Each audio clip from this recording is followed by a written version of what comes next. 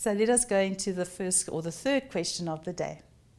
All right, so once again, they're giving us the threshold frequencies of cesium and potassium metals as given in the table. So cesium, they say the threshold frequency is 5,07 times 10 to the 14 hertz. Potassium, they say, is 5,55 times 10 to the 14 hertz. So once again, it always starts off with a definition. So nice, easy way to start these questions. So to define work function. So work function, just as threshold frequency, it's the minimum. So where threshold frequency is the minimum frequency, work function is the minimum energy required to remove photoelectrons off the surface of the metal. So those metals are holding on to their little electrons. So as the photons of light are striking the surface, if that energy is greater than or equal to the work function, photoelectrons will be emitted. All right, let's look at the first or the next question. All right, so which one of the two metals in the table has the higher work function? So if I have a look at the table, they've given me that cesium is 5,07, potassium is 5,55. So they are telling me F0. So remember, the work function is equal to H times the threshold frequency. So from that, I can see that the work function is directly proportional to the threshold frequency. So the greater the threshold frequency, the greater the work function. So which of those two are going to have the higher work function? Obviously, it's going to be potassium. The reason being, it's got the higher threshold frequency, therefore it will have the higher work function. All right, so a nice easy question to get started with. Now they've given us the simplified diagram, so there is the circuit. They've given us circuit A and circuit B. I've got cesium as my metal plate with UV light shining on it. I've got potassium plate with UV light shining on it. So we've got the same source, all right? So it says we've got a simplified diagram showing two circuits, A and B. The photocell in A contains cesium, the photocell in B contains potassium. UV light with the same intensity and a wavelength of 5,5 times 10 to the minus 7 is incident, means it's shining onto the metal plate. Okay. Now they're asking, by means of a calculation, determine whether the ammeter in circuit B will register a current. So we want to know, will a current be registered in circuit B? So we need to go and work out this energy. All right, so if we have a look at the frequency, so we could, different ways of doing it. So maybe a simple way would be to work with C is equal to F lambda. All right, C is the speed of light, so we know it's 3 times 10 to the 8. We want to work out the frequency of the incoming light. And they told me the wavelength is 5,5 times 10 to the minus 7. So we can substitute in here for wavelength. And now we're going to go work out the frequency. All right, so we'll get our calculator back up. And so we've got 3 exponent 8 divided by 5.5 exponent minus 7. And that is going to be equal to 5,45 times 10 to the 14. So this is going to be 5,45 times 10 to the 14 hertz. All right, so that is the frequency of my UV light. So this is the frequency of the UV light. So if we have a look at the frequency now of our potassium, so potassium's threshold frequency, if we go back here, was 5,55. So let us compare that to the UV light. So the frequency, the threshold frequency for potassium, they gave it to us as 5,55 times 10 to the 14. The frequency of the UV light is only 5,45. So we find that the frequency of the UV light Okay, that should be UV, so let's just take that out.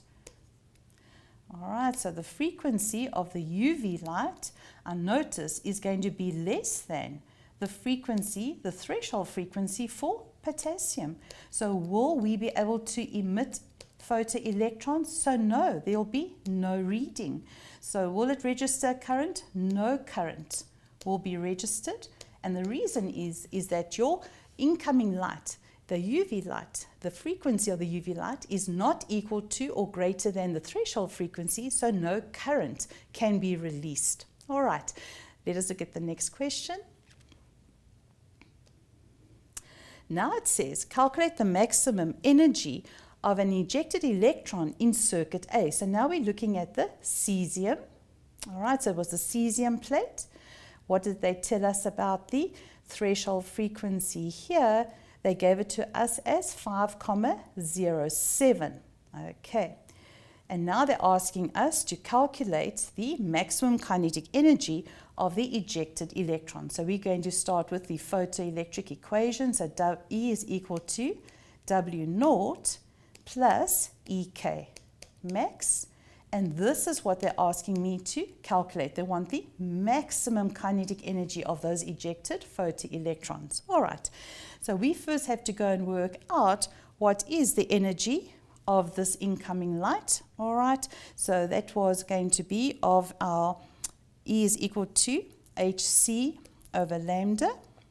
And that is equal to the threshold frequency, which is actually equal to the Planck's constant multiplied by the threshold frequency of the cesium plus EK. So all that it is now, we have to just substitute in for everything. So remember, this incoming light here was of our UV light, all right? So we're going to have Planck's constant. We got that off our information sheet. 6,63 times 10 to the minus 34 multiplied by the speed of light. So that is 3 times 10 to the 8 divided by the wavelength, which was given to us as 5,5 times 10 to the minus 7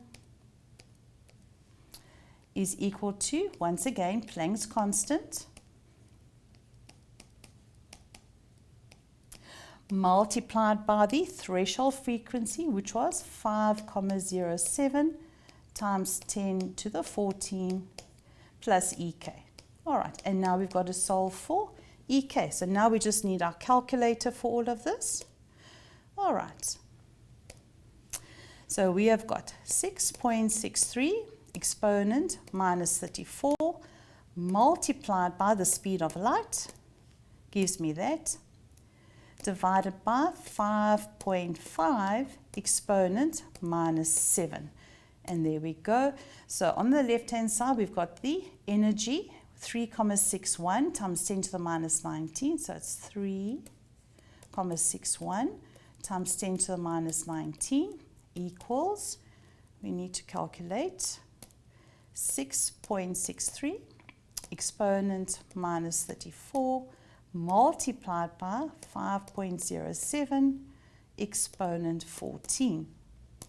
And that gives us 3,36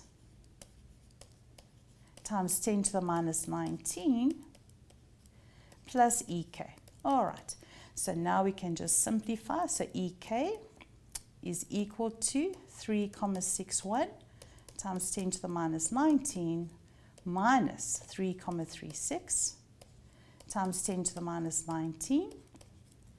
And let's see what that will give us. All right, so we've got 3, let's just clear all of that. So we've got 3.61 exponent negative 19 minus 3.36 exponent minus 19. And there we go. All right, so the energy of those little photons is going to be 2,5 times 10 to the minus 20 joule. And there we go. All right, so quite straightforward, not too difficult. Obviously, they could elaborate that into possibly a level 3, level 4 question by asking you to work out the speed of those little electrons. So now what you do, you just say EK equals a half mv squared. So once we got that, we can then go and work out the velocity of those little photoelectrons. All right, let's look at the last question. All right, so the question says, how will the maximum kinetic energy of the ejected electron calculated in 3.4, that was the previous question, change when the intensity of the incident light increases? All right, so they want to know, how does the maximum kinetic energy change? Guys, this energy is going to remain the same. So it remains the same.